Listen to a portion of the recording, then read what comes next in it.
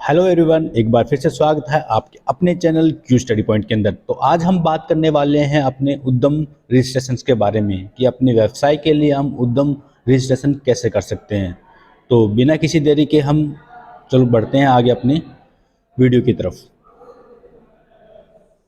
उद्यम्स के लिए क्या क्या डॉक्यूमेंट्स वगैरह की रिक्वायरमेंट रहती है और आखिर ये क्या सर्टिफिकेट होता है। तो देखो, उद्यम को हम लोग एमएसएमई सर्टिफिकेट भी बोलते हैं। इसके जो पुराना नाम था इसका उद्योग आधार हुआ करता था, लेकिन 2020 के बाद में गवर्नमेंट ने पोर्टल ही पूरा चेंज कर दिया और इसको उद्यम के अंदर कन्वर्ट कर दिया। तो भाई जितने भी स्मॉल बिजनेस हैं ये एक सेल्फ सर्टिफाइड सर्टिफिकेट होता है जिसके लिए अप्लाई कर सकते हैं। इसमें मतलब कोई भी गवर्नमेंट ऑफिसर की ना अप्रूवल की रिक्वायरमेंट रहती है। डॉक्यूमेंट्स की बात करूं तो देखो, सिंपली आपके पास में आधार नंबर होना चाहिए और वो भाई बाकायदा मोबाइल नंबर के साथ लिंक होना चाहिए, क्योंकि ओटीपी आता है तो आपको वेरीफाई कराना पड़ता है। इसके लिए आपके पास में पैन कार्ड नंबर होना चाहिए। जीएसटी की बात करूं तो गवर्नमेंट ने स्पेशली इसके रिगार्डिंग ना नोटिफिकेशन निकाली हुई है। जीएसटी पहले एमएसएमई यानी कि उद्यम के लिए कंपलसरी हुआ करता था, आपको लेना पड़ता था, लेकिन गवर्नमेंट ने यहाँ पे जो है अब इसके लिए साफ मना कर दिया है कि जीएसटी की यार ऐसे कोई रिक्वायरमेंट नहीं है। आप चाहो तो उद्यम के लिए सीधा ही अप्लाई कर सकते हो। जीएसटी अगर आप थ्रेशोल्ड लिमिट भाई क्रॉस करते हो तो अप्लाई करने की रिक्वायरमेंट है, वरना जीएसटी की कोई भी यहाँ पे रिक्वायरमेंट नहीं है। एक इंडिविजुअल पर्सन अपने पैन कार्ड नंबर पे भी सिंपली उद्यम के लिए अप्लाई कर सकता है। बाकी जो अदर एंटिटीज है, पार्टनरशिप है, एलएलपी है, कंपनीज वगैरह, तो ध्यान रखना वहां पे तो भाई जो ऑथराइज पर्सन है उसका आधार नंबर यहाँ पे और जीएसटी वगैरह चाहिए होगा। चलिए बात करते हैं कि भाई अप्लाई कैसे करना है। तो लिंक दे दूंगा डिस्क्रिप्शन बॉक्स में। तो यहाँ पे देखो आपको 4-5 टैब्स दिखेगी। तो जो लोग फर्स्ट टाइम अप्लाई कर रहे हैं उद्यम के लिए, तो वो तो भाई उनके लिए तो फर्स्ट लिंक है।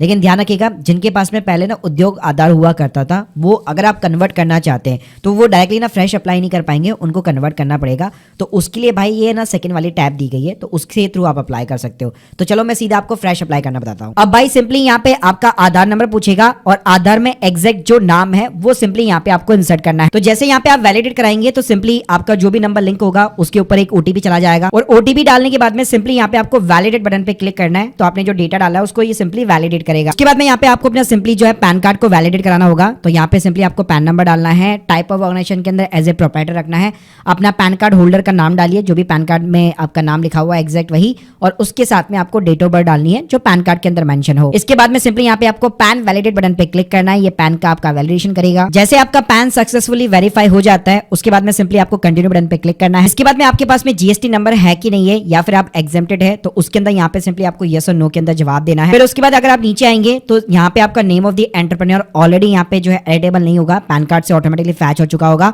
जो आपने ऊपर पहले इंसर्ट किया था। इसके बाद में यहाँ पे आपका मोबाइल नंबर हो गया और आपका ईमेल एड्रेस हो गया। उसके बाद में नीचे अगर आप आएंगे तो यहाँ पे कैटेगराइजेशन ऑफ ऑनरशिप होगा, जो ओबीसी, जनरल, वुमेन, इन सब के अंदर यहाँ पे डिवाइडेड है। तो यहाँ पे आपको अपनी सोशल कैटेगरी डालनी है, जैसे जनरल हो गया, एससी हो गया, एसटी हो गया, ओबीसी हो गया। फिर जेंडर पूछेगा तो जेंडर आपको यहाँ पे सेलेक्ट कर लेना है। फिर उसके बाद में आप स्पेशली एबल्ड पर्सन है कि नहीं है, तो यस और नो के अंदर आपको सिंपली जवाब देना है। नेम ऑफ द एंटरप्राइज यानी आपका जो भी फर्म का नाम है वो यहाँ पे आपको ऐड करना है। उसके बाद में यहाँ पे प्लांट एंड यूनिट का नाम आएगा, तो ऊपर जो आपका फर्म का नाम है वही आपको ऐड करना है। अगर आप एक मैन्युफैक्चरिंग बिजनेस है, फैक्ट्री चला रहे, मल्टीपल आपकी फैक्ट्रीज है और मल्टीपल आपकी यूनिट्स है, तो यहाँ पे 1 बाय 1 करके आपको यूनिट जो है ऐड करनी रहती है। इसके अलावा ऊपर जो आपने यूनिट का नाम डाला है, जो फैक्ट्री का यहाँ पे यूनिट का नाम डाला है, उसका आपको सिंपली यहाँ पे एड्रेस डालना होता है। तो यहाँ पे आपको यूनिट सेलेक्ट करनी होती है। उसके बाद में फ्लैट नंबर हो गया, नेम ऑफ द प्रेमाइसेस हो गया, कौन से विलेज में है, ब्लॉक हो गया, road, street name, city, pin code, state हो गया, डिस्ट्रिक्ट हो गया, ये आपको सेलेक्ट करना होता है। यहाँ पे आप लोगों को एक चीज बताना चाहूंगा, यहाँ पे स्टेट और जो डिस्ट्रिक्ट होता है वो चेंज नहीं हो सकता एक बार सर्टिफिकेट बनने के बाद में। तो भाई जो भी आप एड्रेस डालो यहाँ पे सोच समझ कर डालना। उसके बाद में यहाँ पे official address of the enterprise पूछेगा, तो हो सकता है आपका सेम एड्रेस हो जहाँ पे भी आपका प्लांट है, या अगर आपका कोई अदर एड्रेस है ऑफिस का तो उसको आप यहाँ पे इंसर्ट कर सकते हो। और इसके अलावा यहाँ पे गेट लैटिट्यूड एंड लॉन्गिट्यूड का यहाँ पे एक ऑप्शन दिया गया है। तो ऊपर आपने जो एड्रेस इंसर्ट किया है उसी की रिगार्डिंग यहाँ पे आपको मैप के अंदर लोकेशन को जो है पिन पॉइंट करना रहता है। तो सिंपली यहाँ पे आपको मैप को जो है ओपन कर लेना है और जो भी आपकी लोकेशन है उसको जैसे आप यहाँ पे क्लिक करेंगे ऑटोमेटिकली यहाँ पे लैटिट्यूड और लॉन्गिट्यूड लॉक हो जाएंगे और सिंपली आपको ओके बटन पे क्लिक कर देना है। इसके बाद में यहाँ पे नेक्स्ट क्वेश्चन पूछा जाएगा, क्या पहले आपके पास में कोई यूएम वगैरह रजिस्ट्रेशन नंबर है, तो है तो आपको यहाँ पे इंसर्ट करना है, अगर नहीं है तो नॉट एप्लीकेबल आ जाएगा। फिर उसके बाद में स्टेटस ऑफ द एंटरप्राइज आएगा, जिसके अंदर आपको डेट डालनी है जब से आपने बिजनेस को शुरू किया या जब से आपका रजिस्ट्रेशन वगैरह आप कर रहे हैं। और यहाँ पे एक और चीज ध्यान रखिएगा, आप फ्यूचर की डेट या करंट डेट को सिलेक्ट नहीं कर सकते हैं, आपको कोई ना कोई यहाँ पे पास डेट जो है सिलेक्ट करनी पड़ेगी। फिर बिजनेस का यहाँ पे प्रोडक्शन या बिजनेस शुरू हो चुका है कि नहीं हो चुका, तो येस और नो के अंदर आपको जवाब देना है, प्लस कब से शुरू हुआ है वो डेट आपको इंसर्ट करनी है। उसके बाद में भाई यहाँ पे बैंक की डिटेल्स पूछेगा, तो आपका सेविंग अकाउंट की भी आप डिटेल्स यहाँ पे प्रोवाइड कर सकते हो। अगर करंट अकाउंट है तो बहुत अच्छी बात है, तो यहाँ पे आपको अपना अकाउंट नंबर, आईएफएससी कोड और बैंक का नाम लिखना होता है। उसके बाद में यहाँ पे major activity of the unit पूछेगा। तो देखिए यहाँ पे मेजरली दो कैटेगरीज होती है, मैन्युफैक्चर हो गया और सर्विस हो गया।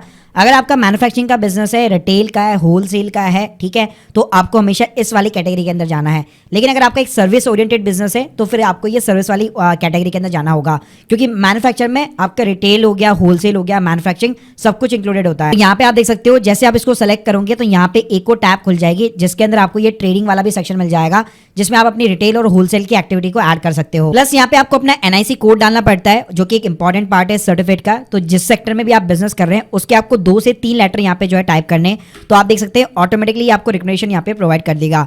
तो उस अकॉर्डिंग यहाँ पे आपको अपना एनआईसी कोड सेलेक्ट करना है, और इस कोड को यहाँ पे आप मल्टीपल कोड्स भी ऐड करवा सकते हो, कि जरूरी नहीं है कि आपको एक ही कोड ऐड करना है। बाकी अगर आप सर्च नहीं करना चाहते तो सिंपली अपना सर्विस या मैन्युफैक्चरिंग यहाँ पे सेलेक्ट करो, और यहाँ पे आप देख सकते हो आपको यहाँ से भी कैटेगरी वाइज देखने को सारी चीजें मिल जाएगी। आपको सिंपली सेलेक्ट करना होता है, तो उस अकॉर्डिंग उसका सब डिजिट हो गया, जो 4 डिजिट एनआईसी कोड होता है, जो 5 डिजिट होता है, वो अपने आप ओपन होने लग जाएगा। बाकी वैसे इसके ऊपर मेरे एक पूरा डेडिकेट सेपरेट वीडियो ऑलरेडी यहाँ पे मैंने इसके ऊपर क्रिएट कर रखा है।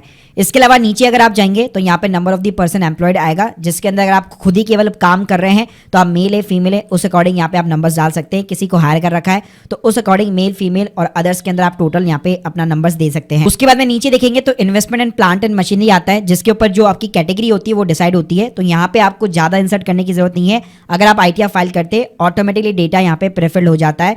बाकी अगर आपको नहीं मालूम है वैल्यूज तो उसको आप 0 भी कर सकते हो। उसके बाद में नीचे कई सारे आपसे क्वेश्चन पूछे जाएंगे, कि जैसे अगर आप जैम पोर्टल, जो कि गवर्नमेंट का टेंडर का यहाँ पे एक पोर्टल है, उसके ऊपर क्या आप रजिस्टर होना चाहते हो, तो उस अकॉर्डिंग आपको यहाँ पे यस और नो के अंदर जवाब देने हैं। जैसे टीआईडीएस पोर्टल है जो कि इनवॉइस डिस्काउंटिंग का है, फिर एक एनसीएस का पोर्टल है, फिर एक B2B का पोर्टल है, क्या आपको एक फ्री में डोमेन और ईमेल आईडी चाहिए कि नहीं चाहिए, फिर आप स्किल इंडिया डिजिटल पोर्टल पर रजिस्टर होना चाहते हो कि नहीं होना चाहते। तो इस तरह से आपको यस और नो के अंदर जवाब देने हैं। उसके बाद में भाई लास्ट में यहाँ पे आपको अपना डिस्ट्रिक्ट डीआईसी सेंटर यहाँ पे सेलेक्ट करना है। तो यहाँ पे आप उस अकॉर्डिंग सिटी में है, रूरल्स में, अपने अकॉर्डिंग यहाँ पे आप सेलेक्ट कर सकते हो, और simply submit and final OTP पे क्लिक कर सकते हो। तो भाई लास्ट में आप जैसे ओटीपी डालोगे सिंपली आपका उद्यम रजिस्ट्रेशन यहाँ पे सक्सेसफुल हो जाता है, और स्क्रीन के सामने आपको अपना उद्यम रजिस्ट्रेशन नंबर भी देखने को मिल जाएगा, जिसको आप नोट डाउन कर सकते हो। फिर भाई अगर आपको सर्टिफिकेट निकालना है तो कोई भी यहाँ पे अप्रूवल की वेट करने की जरूरत नहीं है, सीधा ही वेबसाइट पे जाओ, प्रिंट उद्यम सर्टिफिकेट पे सिंपली क्लिक करो, आपको जो उद्यम रजिस्ट्रेशन नंबर मिला था सीधा वो एंटर करो, अपना मोबाइल नंबर एंटर करो, अपना भाई मोबाइल नंबर के ऊपर ओटीपी आएगा, ओटीपी डाल के सिंपली आप लॉगिन करा लो। और जैसे आप लॉगिन करोगे भाई ऊपर ही फ्रंट के ऊपर आपको प्रिंट सर्टिफिकेट का ऑप्शन देखने को मिल जाता है,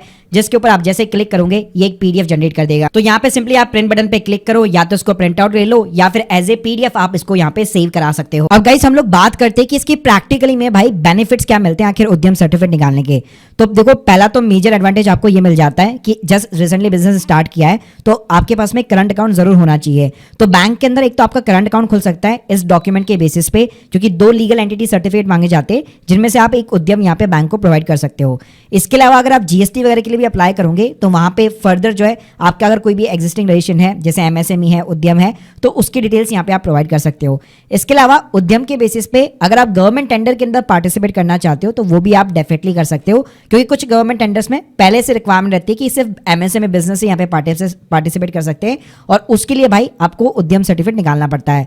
इसके अलावा रिसेंटली गवर्नमेंट ने एक और रूल निकाला है कि जितने भी एमएसएमई बिजनेस है उनका भाई पेमेंट जो है 45 डेज के अंदर हो जाना चाहिए। यानी जो बड़ी बड़ी कंपनी से आप यहाँ पे जो है काम करते हैं उनके लिए, और आपका जो पेमेंट जो है यहाँ पे 6-6 महीने 1-1 साल अटक जाता है, अब वो नहीं होगा। अगर आप एक एमएसएमई है, उद्यम का अगर आपके पास सर्टिफिकेट है, आप सिंपली उनको प्रोवाइड कीजिए, और ये बाकायदा रूल लिखा हुआ है इनकम टैक्स के अंदर कि अगर उन्होंने यहाँ पे 45 डेज के अंदर पेमेंट नहीं किया तो सामने वाली जो पार्टी है, जो बड़ी कंपनीज है, उनको भाई डिडक्शन नहीं मिल पाती, वो जो एक्सपेंसेस है वो इनकम टैक्स में क्लेम नहीं कर पाएंगे। तो ये भी एक बड़ा एडवांटेज अब हो चुका है कि जिसके पास में भी उद्यम का सर्टिफिकेट है वो भाई ये बेनिफिट उठा सकता है। इसके अलावा गवर्नमेंट का ना एक इनवॉइस डिस्काउंटिंग का पूरा अलग से एक प्लेटफॉर्म है। तो मान लो अगर आपके पास में बहुत बड़े बड़े इनवॉइस है, आपको वर्किंग कैपिटल की रिक्वायरमेंट है, तो वहां पे आप इनवॉइस डिस्काउंटिंग प्लेटफॉर्म के ऊपर जाकर आप अपने इनवॉइस के अगेंस्ट में यहाँ पे पैसा वगैरह रेज कर सकते हो।